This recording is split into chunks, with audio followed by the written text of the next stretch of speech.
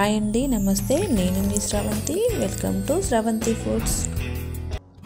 ఈరోజు మన వీడియోలో చూడబోయే రెసిపీ వచ్చేసి సొరకాయ ఆలు 1 కప్పు రేషన్ బియ్యంతో చాలా హెల్తీగా చేసుకునే ఒక మంచి బ్రేక్ఫాస్ట్ని చూద్దాం. ఎప్పుడు ఒకేలాంటి టిఫిన్స్ కాకుండా ఓసారి ఇలా ట్రై చేయండి, టేస్ట్ చాలా బాగుంటుంది. ఇప్పుడు దీని ప్రాసెస్ ఎలానో చూద్దాం. ముందుగా ఇలా బౌల్లోకి 1 టీ గ్లాస్ వరకు రేషన్ బియ్యాన్ని వేసుకోవాలి. ఇందులోకి వాటర్ని పోసి శుభ్రంగా కడుక్కోవాలి. ఇలా బియ్యాన్ని రఫ్ చేస్తూ నీట్గా కడుక్కోవాలి.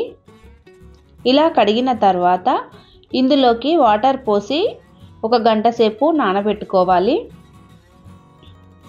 చూడండి, 1 గంట తర్వాత బియ్యం ఎంత చక్కగా నానాయో. ఇప్పుడు ఈ బౌల్ని పక్కన పెట్టుకొని ఇలా ఒక చిన్న ముక్క సొరకాయను తీసుకోవాలి. దీనిపై ఉన్న పొట్టంతా తీసేసి నీట్గా కడుక్కోవాలి. ఇప్పుడు దీనిని ఇలా సన్నగా తురుముకోవాలి.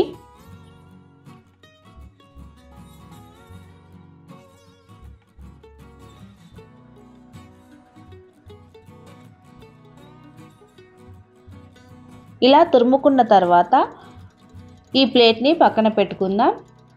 ఇప్పుడు ఒక చిన్న మిక్సీ జార్ తీసుకొని మనం ముందుగా నానబెట్టుకున్న బియ్యాన్ని వేసుకోవాలి.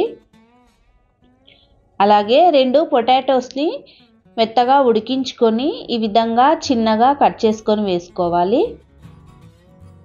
అలాగే ఒక చిన్న అల్లం ముక్కను వేసుకోవాలి.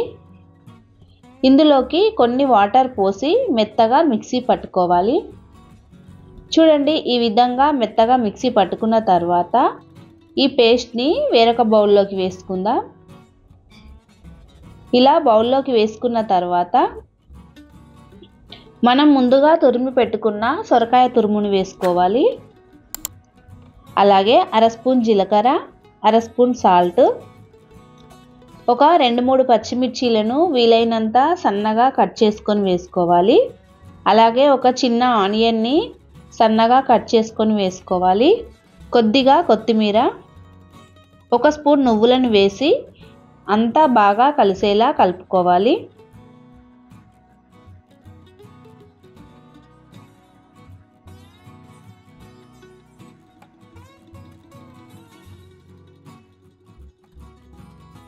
ఇలా అంతా కలుపుకున్న తర్వాత 1 స్పూన్ వరకు పెరుగును వేసుకోవాలి. ఇప్పుడు ఈ పెరుగును కూడా అంతా కలిసేలా కలుపుకోవాలి. ఇలా అంతా కలుపుకున్న తర్వాత ఈ పిండి కన్సిస్టెన్సీ అనేది ఇలా ఉండాలి.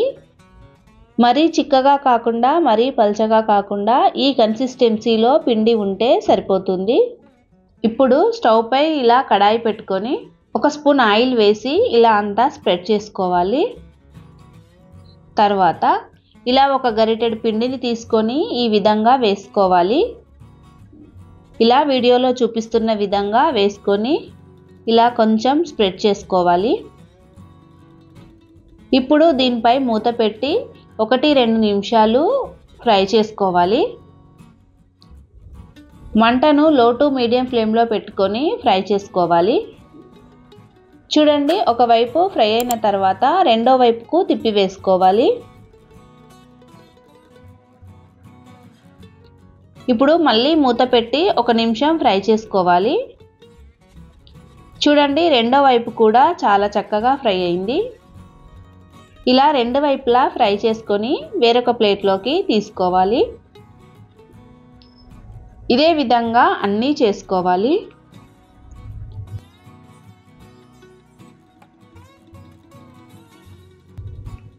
చూడండి, అన్నీ కూడా చాలా బాగా వచ్చాయి. టేస్ట్ కూడా చాలా బాగుంటాయి. తప్పకుండా ఓసారి ట్రై చేయండి. ఈ వీడియో కనుక మీకు నచ్చినట్లయితే మీ ఫ్యామిలీ అండ్ ఫ్రెండ్స్కి షేర్ చేయండి. మన ఛానల్ని సబ్స్క్రైబ్ చేసుకోండి. Thank you for watching.